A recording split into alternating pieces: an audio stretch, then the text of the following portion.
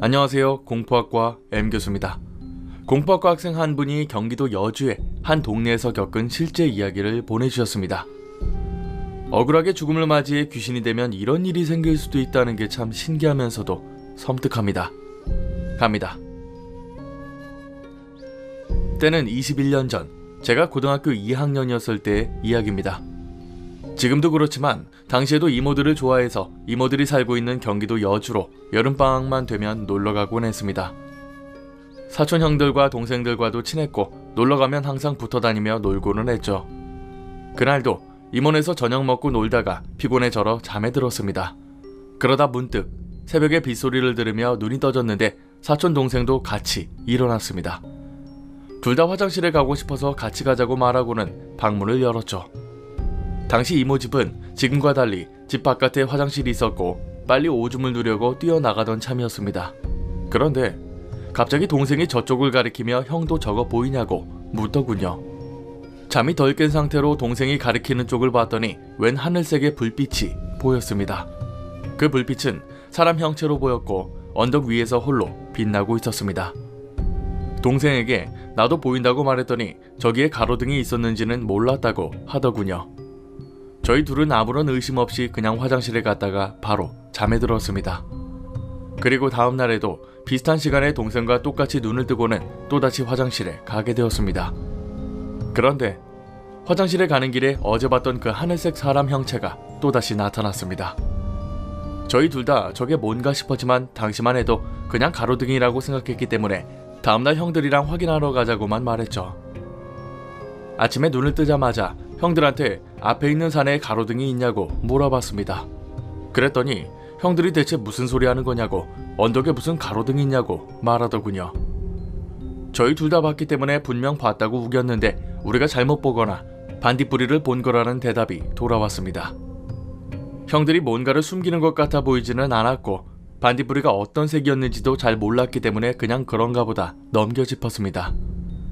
그렇게 다음날 새벽이 왔고 항상 일어나 버릇해서 그런지 이번에도 비슷한 시각에 동생과 똑같이 눈이 떠졌습니다. 저희 둘 다 마치 미리 짠 것처럼 화장실로 향했죠. 그런데 이번에도 같은 장소에서 똑같은 불빛이 나고 있었습니다. 비가 엄청 쏟아지고 있었는데 그 와중에 하늘색 빛은 여전히 빛나고 있었죠. 하지만 이번에는 동생의 행동이 뭔가 이상했습니다. 동생이 화장실이 아니라 그 불빛이 나는 곳으로 걸어가는 겁니다. 처음에는 소리를 질렀지만 안 들리는 것처럼 계속해서 그쪽으로 걸어가길래 빠르게 쫓아가서는 너 어디 가냐고 소리를 쳤습니다. 그랬더니 동생이 왜 자기가 여기 있냐고 되묻더군요. 얘가 무슨 소리 하는 건가 싶었지만 점점 상황이 무서워지기 시작했고 동생을 끌고는 방으로 돌아왔죠. 다음날이 되자 형들에게 간밤에 있었던 일을 말해줬고 저희는 다같이 그 불빛이 나는 곳으로 향했습니다.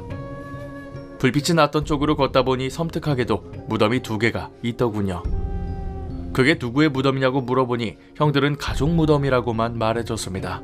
그리고 간밤에 화장실에 가지 말고 요강에다 볼일을 보라고만 하고는 절대 나가지 말라고 말하더군요. 어린 마음에 당최 이해가 되지도 않았지만 일단 형들이 하라고 하니 그냥 그렇게 해야겠다는 생각만 했습니다. 그렇게 다같이 물가에 가서 물놀이를 하고 있었는데 갑자기 사촌동생의 행동이 이상해지더군요. 워낙 수영을 잘하던 놈이었는데도 가만히 물가를 쳐다보더니 이내 걸어서 물에 들어가는 겁니다. 방금 전만 해도 신나게 물장구를 치고 있었는데 뭔가에 홀린 것처럼 멍한 표정으로 물에 걸어 들어가고 있었습니다. 이상한 낌새를 눈치채고는 형들에게 동생이 이상하다고 말하고는 다같이 주시하고 있었는데 갑자기 밑으로 쑥 하고 빠지길래 다같이 들어가서는 동생을 구해냈습니다. 그런데 그 잠깐 사이에 동생이 기절해 있었고 깨어나자마자 대체 왜 그랬냐고 물어보니 전혀 기억을 못하는 겁니다. 자기가 언제 강에 들어갔으며 형들하고 놀다가 집에 와서 잠을 잤다는 엉뚱한 소리를 하는 겁니다. 저는 이게 대체 무슨 상황인가 이해를 못해서 한참을 동생만 쳐다보고 있었는데 형들의 표정이 동시에 일그러졌습니다. 곧바로 짐을 싸고는 집으로 돌아왔는데 형들이 저희를 앉혀놓고 한 말 때문에 당분간 이모 집에 놀러오지는 못하게 되었죠. 저희가 간밤에 봤던 불빛이 있던 곳은 7개월 전만 해도 무덤이 없었다고 합니다. 무덤 근처에 불이 나서 오랫동안 방치된 집이 있었는데 그 집에 살던 아버지와 딸의 무덤이었죠. 지금으로부터 7개월 전 그 집에는 아버지와 딸만 살고 있었는데 여느 때처럼 아버지가 밭을 매러 가고 딸만 혼자 집에 있었답니다. 그런데 중고등학생 4명이 그 집에 도둑질을 하러 들어왔고 아무도 없는 줄 알았지만 집에 딸이 있는 걸 보고는 깜짝 놀랐던 거죠. 근데 이놈들이 그냥 도망을 쳐야 하는데 걸리면 큰일 난다는 생각에 그 딸을 겁탈했던 거였습니다. 때마침 아버지가 집에 돌아왔는데 그마저도 4명이서 단체로 폭행을 해서 그 자리에서 아버지가 즉사했죠. 이 악마 같은 놈들이 거기서 멈추지 않고 혹시나 걸린다는 생각에 아버지 시체를 집 뒤편에서 태우게 됩니다. 집까지 불을 질러버리고는 도망을 쳤는데 눈앞에서 그런 끔찍한 광경을 보고 있던 딸이 그대로 절벽으로 걸어갔대요. 그리고는 절벽에서 뛰어내려서 자살을 했는데 그 강이 아까 사촌동생이 갔던 그곳이었던 거죠. 당시 사건의 전말이 어떻게 났는지는 모르겠으나 범인 4명 중에 2명은 딸이 빠져 죽은 곳에서 익사한 채로 발견되었다고 합니다. 그 말을 듣고는 남은 여름방학 동안은 새벽에 화장실을 갈 수가 없었습니다. 계속해서 귀신에게 홀렸던 사촌동생을 주시하면서도 겁에 질려 있을 수밖에 없었죠. 그리고 나서 그 동네에 같이 살고 있던 이모네 식구들은 모두 제가 살고 있던 동네로 이사를 왔습니다. 딱히 귀신 때문에 그런 건 아니었지만 그 일이 있고 나서 2년 뒤 그 동네에 갈 일이 있어서 가봤는데 이미 동네는 폐허가 되어 있었죠. 아직도 사촌동생에게 그때의 기억을 물어보면 자기는 분명 놀다가 집에 들어와서 잠을 잔 걸로만 기억하고 있습니다. 그걸 봤던 사촌들도 물가에서 있었던 일을 그대로 기억하고 있습니다. 얼마나 억울하게 죽었으면 귀신이 되어서도 복수를 하고 있는 걸까요? 시골이다 보니 저런 일들이 있을 수 있기 때문에 더욱 소름 끼치는 이야기입니다. 나머지 2놈도 평온하게 안 갔으면 좋겠는데 그 이후의 이야기는 모르니 답답하긴 하네요. 우리나라에는 알게 모르게 전해져 오는 미신이 약 60가지가 넘습니다. 사는 동네와 가정에 따라서는 더 있을 수도 있죠. 그만큼 우리나라 사람들은 미신을 잘 믿어왔던 민족이기 때문에 더 그런 것 같습니다. 그래서 오늘은 한국인도 잘 모르는 미신에 대해 알려드리려고 합니다.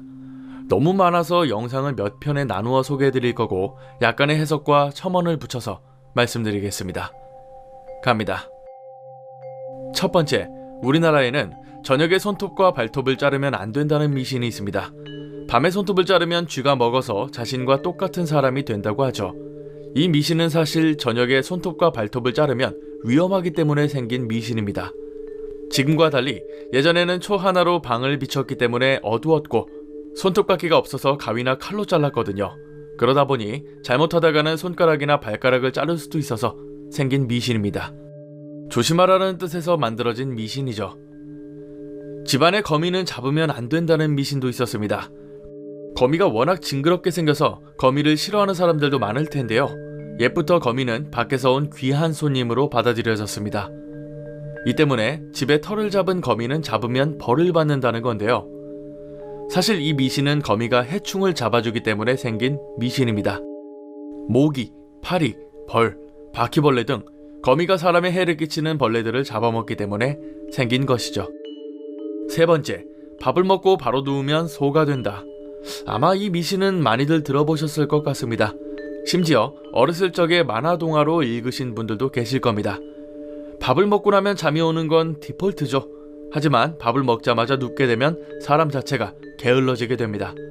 심지어 이 같은 행동이 지속되면 역류성 식도염에 걸리기도 하고요. 밥 먹고 누워서 유튜브 보면 얼마나 행복합니까? 하지만 우리 자신은 게을러질 수 있습니다. 그래서 생긴 미신입니다. 다음 미신도 아마 대부분 아실 수 있을 겁니다. 길에 버려져 있는 것은 함부로 주워와선 안 된다. 잘 알지 못하는 미신을 소개해드린다고 했는데 이 미신을 설명해드리는 이유는 다시 한번 강조해드리기 위해서입니다. 버려진 물건에는 귀신이 들러붙을 수도 있고요. 온갖 세균부터 시작해서 안 좋은 물질들이 많이들 묻어있을 수 있겠죠. 무엇보다도 남이 버린 물건을 내가 쓰는 건 뭔가 찝찝한 마음도 듭니다. 가져오지 마셔요. 다섯 번째, 주운 돈은 곧바로 써야 탈이 없다. 공짜로 얻게 된 돈은 도깨비 돈이라고도 부릅니다. 이 때문에 빨리 쓰지 않으면 도깨비의 저주가 돌아오게 되고 그 돈의 몇 배가 되는 손해를 입게 된다고 하죠. 당연히 돈을 줍게 되면 주인을 찾아주는 게 맞지만 그 어디에서도 찾을 방법이 없다면 근처 슈퍼에서 아이스크림 사드시면 되겠습니다.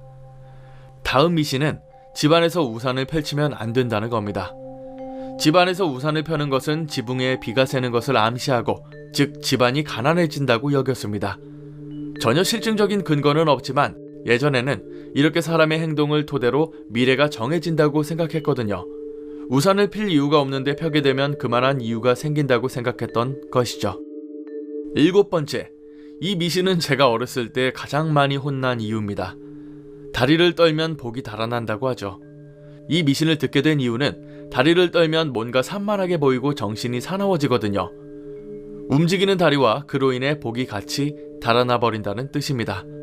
이 미신도 마찬가지로 전혀 근거는 없지만 다리를 떨면 그리 좋아 보이지는 않으니 버릇을 고치는 게 좋겠죠. 마지막 미신, 한밤중에 머리를 감으면 안 된다.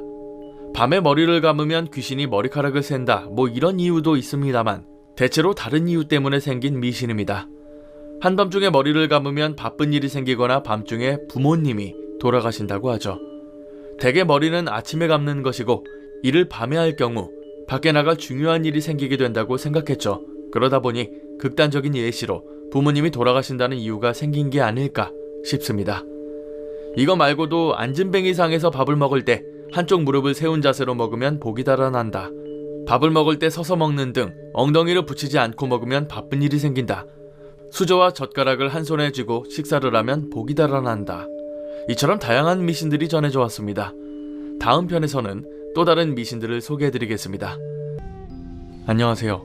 예전에 대구의 위성도시인 경산에서 자취를 하며 섬뜩한 경험을 한 적이 있어서 이렇게 제보해보려고 합니다. 때는 2006년 경산에 있는 한 대학에 입학하게 되면서 자취를 시작했습니다. 흔히들 3대 흉가라고 하는 안경공장 근처에 있는 대학교였고, 지금은 도로도 생기고 가는 길도 많아졌지만 그 당시에는 포도밭 가운데 있는 왕복 2차선을 통해서만 학교에 들어갈 수 있었죠. 그만큼 학교가 외진 곳에 있었고 산에 있어서 으스스한 분위기가 물씬 풍겼습니다. 처음 대학에 들어가고 3월 중순을 지나 자취방을 구하게 되었는데 당시에는 아무것도 몰라서 이미 학기가 시작된 시점에 방을 구했습니다. 당연히 전화를 할 때마다 방은 다 차 있었고 빈 방은 없었습니다. 반쯤 포기하고 있었는데 학교 입구에 있는 건물을 발견했습니다. 1층에는 술집이 있었고 2층부터는 원룸이 있는 건물이었죠. 학교 바로 앞이다 보니 당연히 방이 없겠다 싶었지만 속는 셈 치고 전화를 걸었습니다. 그런데 주인 아저씨가 전화를 받더니 친절하게 방이 있다고 말하더군요. 그것도 풀옵션이었는데 이게 웬 떡이냐 싶어서 다음날 바로 어머니와 방을 보러 갔습니다. 방은 생각보다 넓었고 깨끗해서 보자마자 마음에 들었습니다. 그리고 내 인생 첫 자취라는 로망과 기대감이 생겼죠. 그 자리에서 1년 계약을 하고는 바로 짐을 풀고 자취를 시작했습니다. 그런데 처음 1, 2주 정도는 몰랐는데 집에 있으면 갑자기 등골이 서늘해질 때가 있었습니다. 이따금씩 한기 같은 게 느껴지면서 아무 이유 없이 온몸에 소름이 돋았죠. 어쩔 때는 꼭 누군가 저를 보고 있다는 느낌이 강하게 들었고 심지어 이 방에 누가 같이 있다는 생각도 들었습니다. 하지만 당장 귀신이 나오거나 하는 건 아니라서 넘어갈 수밖에 없었죠. 그러던 어느 날 친하게 지내던 동기와 동기의 여자친구가 집에 놀러 왔습니다. 동기 여자친구가 4살이 많은 누나였는데 어릴 적 사고로 후천적 장애가 생겨서 말을 하지 못하는 사람이었죠. 딱 봐도 기가 너무 약하고 연약한 누나였습니다. 그렇게 셋이서 밤늦게까지 술을 마시고 다들 취해서 저희 집에서 잠을 자게 되었습니다. 얼마나 잤을까? 제가 장이 좋지 않아서 술을 때려 넣으면 화장실을 자주 갔는데 그때도 배에 신호가 왔습니다. 잠깐 집 구조를 설명해드려야 하는데 잠을 자는 방이 있고 그 방은 여닫이 문으로 드나들 수 있었습니다. 그리고 방 밖에는 작은 거실이 있고 화장실이 있죠. 얼른 일어나서 화장실을 가려고 여닫이 문을 열려고 하는데 옆에서 커플이 자고 있으니 최대한 밟지 않으려고 조심스레 움직였습니다. 그런데 갑자기 그 누나가 벌떡 일어나는 겁니다. 깜짝 놀라서 휴대폰에 나 화장실 간다고 써서 보여주고는 일단 화장실로 갔습니다. 한참을 볼일을 보고 다시 방으로 돌아오는데 그때까지도 누나가 상체를 일으킨 채 저를 보고 있었습니다. 저 때문에 잠이 깬 줄 알고 폰으로 미안하다고 적어서 보여줬죠. 그랬더니 한참 있다가 누나도 폰으로 글을 써서 보여주는데 뭔가 이상했습니다. 휴대폰 화면에는 너 친구 왔어 라고 적혀 있었거든요. 그래서 다시 폰으로 나 화장실 갔다 온 거라고 말해줬습니다. 그랬더니 저한테 너 여닫이 문 열고 나갔을 때 너 친구가 방에 들어왔었어 라고 하더군요. 대체 이게 무슨 소리인가 싶어서 친구가 왜 들어오냐고 들어올 사람 없다고 말했죠. 그리고 이 누나가 하는 말이 지금 와서 생각해보면 참 소름 끼칩니다. 혹시 너 그 친구랑 싸웠니? 얼굴에 피가 많이 나 있었는데 너를 계속 노려보던데? 새벽에 일어난지라 술도 덜 깼고 배도 아팠기 때문에 누나가 뭐라고 하든 신경 쓰지도 않고 그냥 들어올 사람 없다고 하고는 넘어갔습니다. 그렇게 셋이서 하루 더 놀다가 그 누나는 집으로 돌아갔습니다.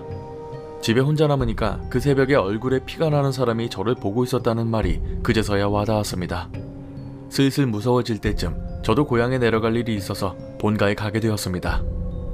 같은 동네에서 자취하던 친구가 세탁기가 고장났다고 저희 집에서 세탁기 좀 돌리겠다고 말하더군요. 워낙 친구들끼리 거리낌이 없어서 알아서 정리하고 가라고만 말하고 본가에서 시간을 보내고 있었죠. 그런데 그날 새벽 3시쯤에 전화가 오는 겁니다. 잠결에 받아서 무슨 상황인지 파악도 제대로 못했지만 확실한 건 그 친구가 소리를 지르면서 너네 집에 뭐 있다고 겁나 무섭다고 욕을 하는 겁니다. 헐레벌떡 뛰면서 그런 말을 하고는 바로 전화를 끊더군요. 그리고 다음 주 월요일이 되어서야 그 친구한테서 자초지종을 들을 수 있었습니다. 친구 셋이서 술을 먹고는 저희 집으로 갔는데 집에 들어오자마자 불을 켰답니다. 부엌과 투명한 여닫이 문으로 방 안이 보였는데 방 안에 사람이 서서 왔다 갔다 하더래요. 그 모습을 셋다 봤는데 제가 고향에 안 내려간 줄 알고 방문을 열었는데 방 안에 아무도 없더랍니다. 그걸 보자마자 너나 할 것 없이 뛰어서 도망 나오고는 저한테 바로 전화를 했던 거였죠. 하지만 진짜 문제는 지금까지는 그냥 시작에 불과했다는 거였죠. 그날 사건을 기점으로 점차 자취방에서 이상한 일들이 더 일어났습니다. 그 무렵 저한테는 여자친구가 생겼는데 여자친구는 제가 사는 곳에서 2분 남짓한 기숙사에 살고 있었습니다. 그러다 보니 둘이서 같이 집에서 놀기도 했는데 그날은 제가 체육과를 다니다 보니 전국 육상대회 진행 보조를 하려고 집을 비우는 날이었습니다. 집으로 돌아오는 길에 여자친구한테 집에 도착하면 우리 집에서 맛있는 거나 시켜 먹자고 하고는 집으로 여자친구를 불렀습니다. 알바를 하는 내내 틈틈이 문자를 주고받고 있었는데 여자친구가 피곤하다며 집에서 잠깐 자고 있겠다고 하더군요. 빨리 끝내고 집에 가겠다고 말하고는 대회가 끝나는 대로 집으로 갔죠. 근데 집에 도착하니 대문이 활짝 열려 있었고 분명 여자친구의 신발은 있는데 집안에 아무도 없는 겁니다. 집에 강도라도 들었나 싶어서 비지땀을 흘리며 여자친구에게 전화를 했지만 전화를 받지도 않았습니다. 문자를 보내도 답장이 없어서 진짜 큰일 난 줄 알고 너 지금 답장 없으면 실종 신고한다고 하니까 바로 전화가 오더군요. 그리고 한 첫 마디가 다시는 너희 집에 안 간다는 거였습니다. 이게 무슨 뚱딴지 같은 소리인가 싶어서 왜 그러냐고 물어봤는데 그 말을 듣고서 저도 집에 있기 싫어지더군요. 여자친구가 집에 와서 대충 청소를 하고는 잠시 잠에 들었는데 누군가 와서는 귓속말을 하더랍니다. 제가 장난치는 줄 알고 일부러 더 자는 척을 했대요. 그런데 뭔가 이상했던 게 마치 랩을 하는 것처럼 말이 빨랐고 알아들을 수 없는 주문 같은 걸 외우더랍니다. 놀라서 눈을 떴더니 눈앞에 긴 생머리에 빨간 눈을 한 여자가 입만 웃으면서 쳐다보고 있더랍니다. 더 소름 끼치는 건 뭐가 그리 신이 나는지 알 수 없는 말을 하면서 싱긋 웃고 있었죠. 몸을 움직이려고 했지만 가위에 눌린 것처럼 옴짝달싹도 못했고 그렇게 그 여자와 10분 이상을 눈을 마주치며 주문 읊는 소리를 들었대요. 그러다 슬슬 몸이 움직여졌는데 살아야겠다는 생각에 현관으로 뛰어나갔고 혹시나 싶어서 뒤를 돌아보니 그 여자가 아직도 웅크리고 앉아서는 여자친구를 보고 있더래요. 너무 무서워서 신발도 못 신고 맨발로 기숙사까지 뛰어갔던 거였습니다. 그 이야기를 들으니까 저도 도저히 방에 있을 수가 없었고 그 이후에는 항상 친구들을 불러서 같이 잠을 잤습니다. 문제는 같이 잔 친구들이 하나같이 가위에 눌렸고 그 빨간 눈의 여자를 봤다면서 다시는 저희 집에 안 오겠다고 말하는 겁니다. 하지만 정작 저는 그 여자를 본 적도 없었고 심지어 가위에 눌린 적도 꿈에서 여자를 본 적도 없었습니다. 이와 비슷한 시기에 어머니께 전화가 온 적이 있었는데요. 꿈을 꿨는데 꿈에 제 방이 3인칭 시점처럼 보였답니다.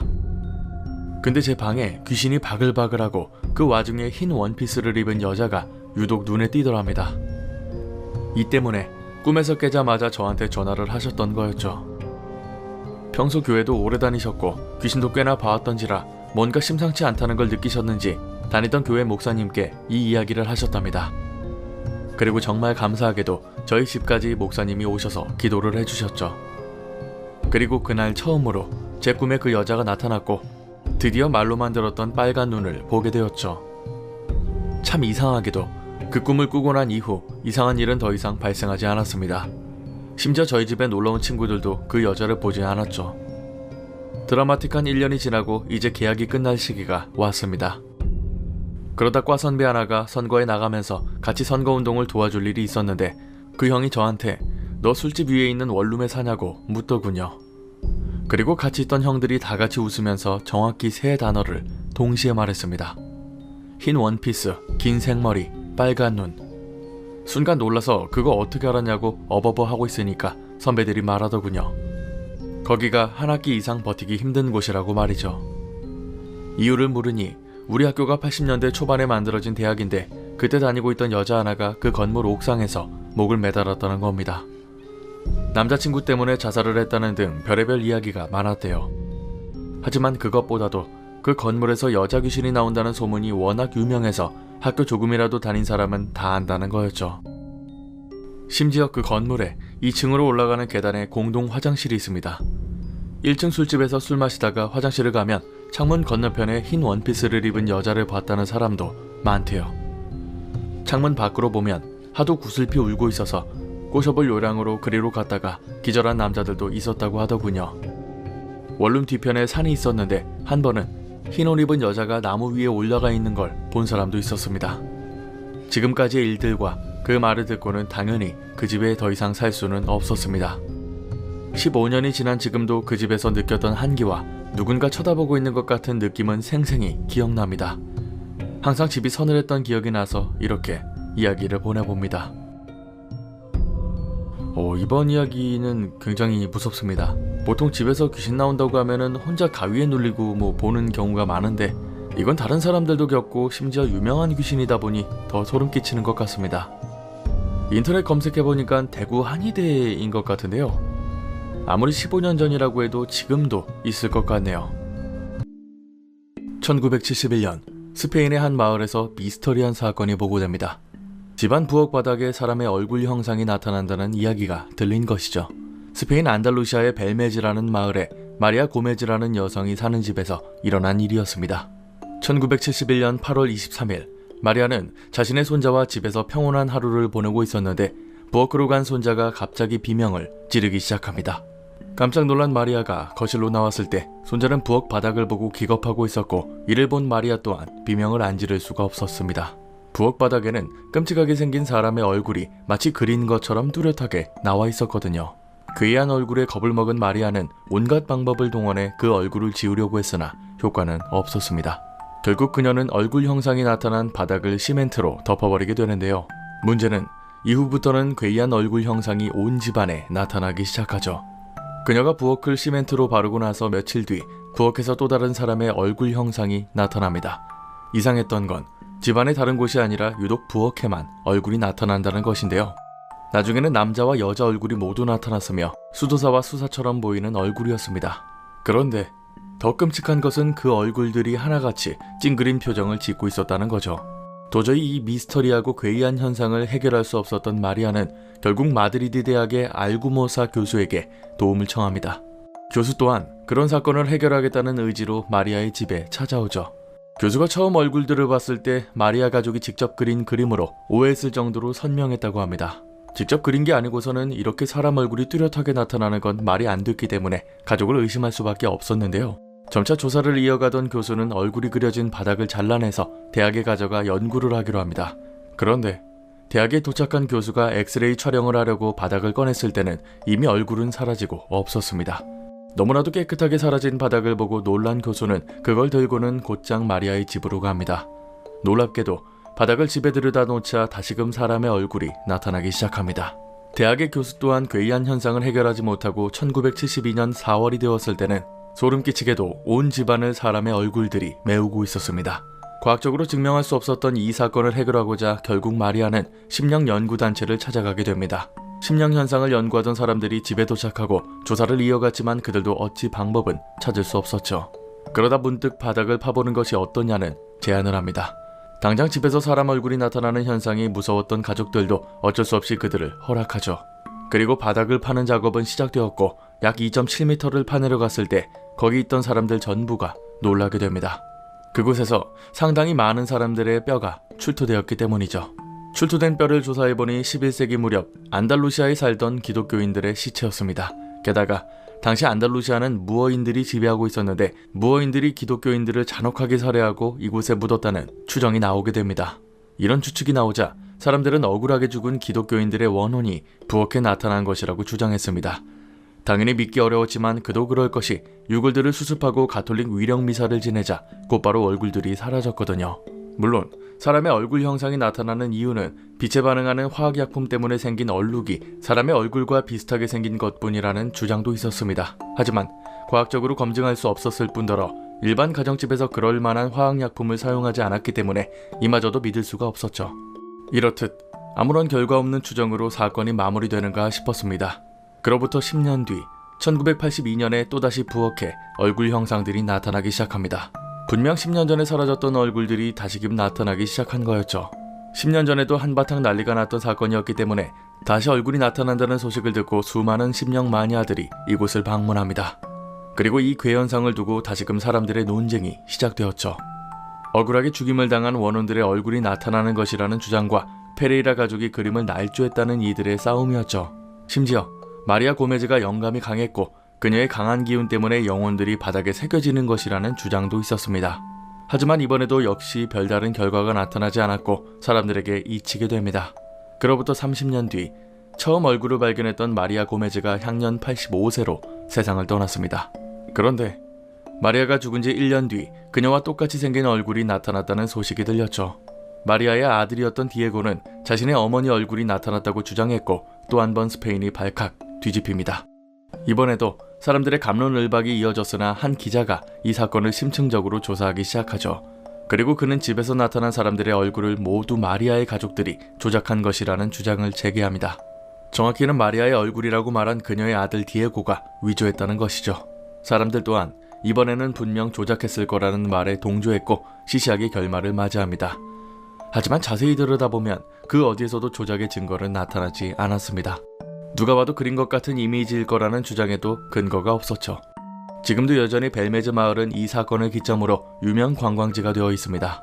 마을 곳곳에는 마리아의 집을 찾아가는 표지판이 있을 정도이고 집 안에는 이곳을 방문했던 유명 인사들의 사진이 걸려 있습니다. 그리고 다행히도 지금은 바닥에 사람 형상의 얼굴은 사라지고 없습니다. 하지만 사람들은 언젠가 또다시 얼굴 형상들이 나타날 거라고 주장하고 있죠. 정리하자면 벨메즈의 얼굴이라고 하는 이 괴이한 사건은 전혀 해결되지 않은 미스터리로 남아 있습니다. 죽은 자들의 원혼이라는 주장과 마리아 가족의 조작이라는 주장에 전혀 근거도 없고 확인된 사실도 없습니다. 하지만 하나 확실한 건 특별한 이유 없이 사람의 얼굴이 나타났다는 것이죠. 언젠가 또다시 얼굴이 나타나지 않을까 싶습니다. 다만 제 개인적인 생각으로는 필히 이유가 있지 않았을까 싶습니다.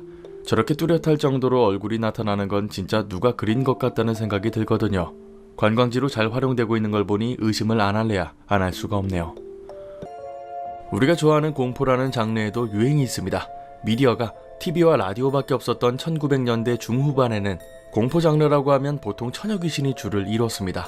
옛부터 전해져 오는 귀신인 처녀 귀신 혹은 구미호가 등장했고 이야기 또한 옛날 이야기들을 주제로 하며 전설의 고향이 이를 방증하죠.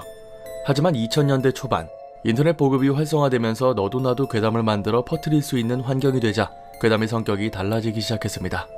우리나라에서는 각종 해외의 괴담들과 자작 괴담들이 난무하기 시작했고 이를 토대로 만화책이 만들어지기도 했습니다. 당시 옆나라 일본에서도 유행을 타기 시작한 괴담 종류가 있었는데 그게 바로 나폴리탄 괴담이었습니다. 결론을 먼저 말씀드리자면 나폴리탄 괴담은 두 문장으로 표현할 수 있습니다. 공포감 조성을 위한 특정 깜놀 장치가 없고 독자의 상상력으로 공포감을 만들어내는 괴담. 나폴리탄 괴담의 시초를 보시면 이 말이 조금 더 쉽게 이해되실 겁니다. 2003년 7월 일본 2채널 사이트에 엄청 유명했던 괴담이 하나 있었습니다. 공포의 나폴리탄이라는 제목의 이 글은 당시 수많은 사람들의 상상력을 자아내며 괴담 마니아들의 찬사를 받았죠. 당시 게시되었던 글을 보시겠습니다. 어느 날 나는 숲에서 길을 잃어버렸다. 밤이 되어 배도 고파졌다. 그런 가운데 한 가게를 찾아냈다. 여기는 어떤 레스토랑, 이상한 이름의 가게다. 나는 인기 메뉴인 나폴리탄을 주문한다. 몇 분 후 나폴리탄이 온다. 나는 먹는다. 어쩐지 이상하다. 짜다. 이상하게 짜다. 머리가 아프다. 나는 불평을 늘어놓았다. 점장은 죄송하다며 다시 만들겠다고 말했고 돈은 내지 않아도 된다고 말했다. 몇 분 후 나폴리탄이 온다. 나는 먹는다. 이번에는 멀쩡해 보인다. 나는 가게를 나온다. 잠시 후 나는 눈치채고 말았다. 여기는 어떤 레스토랑, 인기 메뉴는 나폴리탄. 처음 이 글을 보는 사람들은 대체 나폴리탄이라는 메뉴가 뭐냐고 물으실 거고, 그래서 그걸 먹었는데 뭐 어쩌라는 거냐는 반응이 나올 겁니다. 하지만 이 글은 다시금 읽어보면 약간의 불편함과 공포감이 조성될 수 있죠. 나폴리탄은 일본과 한국에 있는 서양 음식점에서 쉽게 만나볼 수 있는 토마토 스파게티입니다. 그런데 글을 보면 주인공이 어떤 음식점에 들어갔는지도 자세히 나와 있지 않고 단순히 여기는 어떤 레스토랑이라는 간판의 음식점에서 나폴리탄을 시키죠. 나폴리탄이 나왔는데 예상과 달리 음식이 짜고 머리가 아파지기 시작합니다. 그리고 점장을 불렀더니 미안하다며 음식을 바꿔주고 바뀐 음식은 맛이 있었죠. 하지만 주인공이 매장을 나왔을 때 아무런 의미 없는 간판을 보고는 눈치를 챘다는 겁니다. 나폴리탄 괴담의 특징은 이 글을 본 사람들이 자신의 상상력을 더해 표면적인 해석이 아닌 심층적이고 확장된 해석이 필요하다는 거죠. M 교수의 상상력을 토대로 다시 이 글을 분석해 보겠습니다. 숲에서 길을 잃어버린 주인공은 아무런 특징이 묘사되어 있지 않은 음식점에 들어가서 그곳의 대표 메뉴인 나폴리탄을 시켰습니다. 맛이 이상하고 짜고 나중에는 머리까지 아파올 맛이었는데 이는 주인공이 단 한 번도 먹어보지 못한 음식일 겁니다.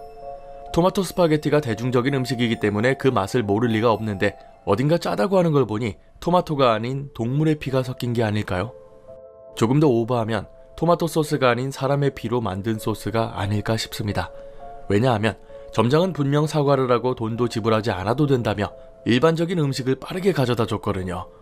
그 말인즉 이 가게는 평범한 가게가 아닌 불법적으로 특정 마니아들을 위한 음식점일 것이고 길을 잃어버릴 정도로 한적하고 인적이 없는 숲에 있는 음식점이라는 게 의심이 드는군요. 주인공 또한 가게를 나와 다시 간판을 봤을 때 이 점을 눈치챘을 겁니다.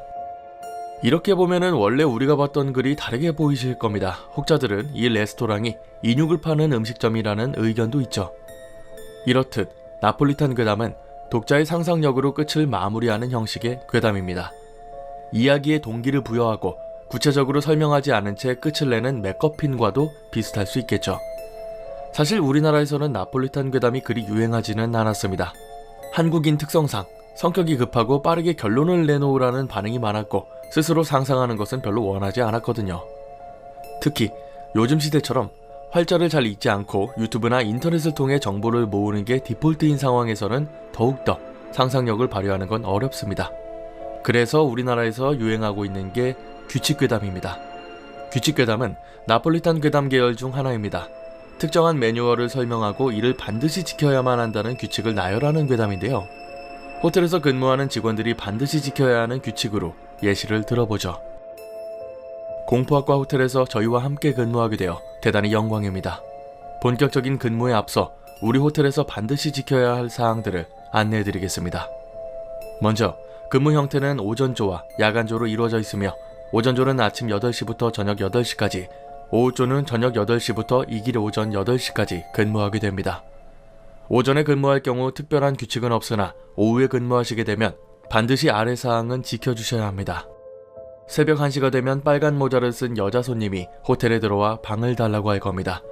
이때는 절대 손님에게 방키를 줘서는 안 되며 4층 손님 방에 문을 열어두었습니다 라고 말하십시오. 그러면 손님은 알아서 사라질 겁니다. 매년 객실에서는 좋지 않은 사고가 벌어지고 이를 반복하는 손님들이 있으니 개의치 않으셔도 됩니다. 1408호에 손님이 없는데도 야간에 프론트로 전화가 올 수 있습니다. 손님이 무슨 요구를 하던 이제는 아무 일도 없습니다. 편히 주무시길 바랍니다 라고 말하십시오. 그러면 한동안 이런 일은 일어나지 않을 겁니다. 저희 호텔 2층에는 최고급 레스토랑이 있으며 오전 6시 30분부터 조식을, 저녁 6시부터 석식을 먹을 수 있습니다. 만약 식당이 문을 닫은 12시 이후 식당에서 이상한 소리가 들린다면 그냥 무시하시면 됩니다. 우리 호텔은 손님을 최고로 우선시하는 최고급 호텔입니다. 그 어떠한 유형의 손님이라도 최고로 모십니다. 8층 맨 끝에 있는 객실 손님에게서 항의 전화가 올 수 있습니다. 대부분 옆방에서 아이 우는 소리가 들린다는 항의 전화입니다. 이럴 경우 미리 준비한 특별 선물을 보내드리고 항의를 잠재워 주십시오. 참고로 그 객실 옆에는 방이 없습니다. 이 규칙 괴담은 지금 당장 제가 지어낸 괴담입니다. 처음에 알려드렸던 네아폴리탄 괴담과는 확연히 다른 게 느껴지실 겁니다. 위치와 이유가 보다 명확하고 어떻게 상상을 하면 되는지까지 안내해드리고 있는 건데요. 새벽에 오는 여자 손님은 이곳에서 죽은 귀신이 같은 시간에 호텔에 방문하는 것이고, 손님이 없는 1408호 객실에서도 마찬가지로 귀신이 전화를 한 것이죠. 조용해야 할 식당에서 소리가 나는 건 귀신 손님을 받는 것이고, 8층 맨 끝에 방 옆에는 아이 귀신이 있다는 걸 쉽게 상상할 수 있습니다. 공파과 유튜브에도 나폴리탄 괴담 재생 목록에 몇 개 만들어놨으니 참고 부탁드립니다. 나폴리탄 괴담은 사실 일본에서는 계속 인기가 있는 괴담이고 우리나라에서는 조금 등한시되다가 최근에 유튜브를 통해서 유행하고 있습니다. SCP와도 비슷한 성격이고 사실인지 아닌지 모를 이야기가 더욱 공포심을 자극하기 때문에 비슷한 선상에 있다고 할 수 있죠. 이 정도면은 나폴리탄 괴담에 대해 얼추 이해가 되실 거라고 생각합니다. 그리고 최근에 그 학생들 중에 영상 보다가 간혹 제 목소리랑 여자 목소리가 겹친다는 분들이 계시던데요. 굳이 신경 쓰지 않으셔도 됩니다. 저도 들은 적은 있는데 언제나 녹음과 편집은 저 혼자 합니다. 안녕하세요. 저는 평소 차박을 즐기는 공포학과 학생입니다. 자세한 지역을 밝히긴 어렵지만 그 당시 사망 사건이 있었기 때문에 아마 아시는 분들도 계실 거라 생각합니다. 때는 무더운 늦여름 금요일이었습니다. 저는 시간이 날 때마다 주말을 껴서 2박 3일씩 차박을 가던 그런 청년이었기에 그 주에도 차박을 가려고 짐을 싸고 있었습니다. 짐을 거의 다 싸갈 때쯤 어머니가 오시더니 어두운 표정으로 날씨 이야기를 하시면서 뭔가 기분이 안 좋다고 안 가면 안 되겠냐고 말씀하시더군요. 그 당시 뉴스에서는 적은 양의 비가 온다고 들었던 터라 살짝 망설이긴 했지만 차박을 하시는 분들은 잘 아실 겁니다. 비 오는 날 차 안 이불에 누워 차 천장에 떨어지는 따닥따닥 빗소리를 듣는 게 얼마나 힐링이 되는지 말이죠.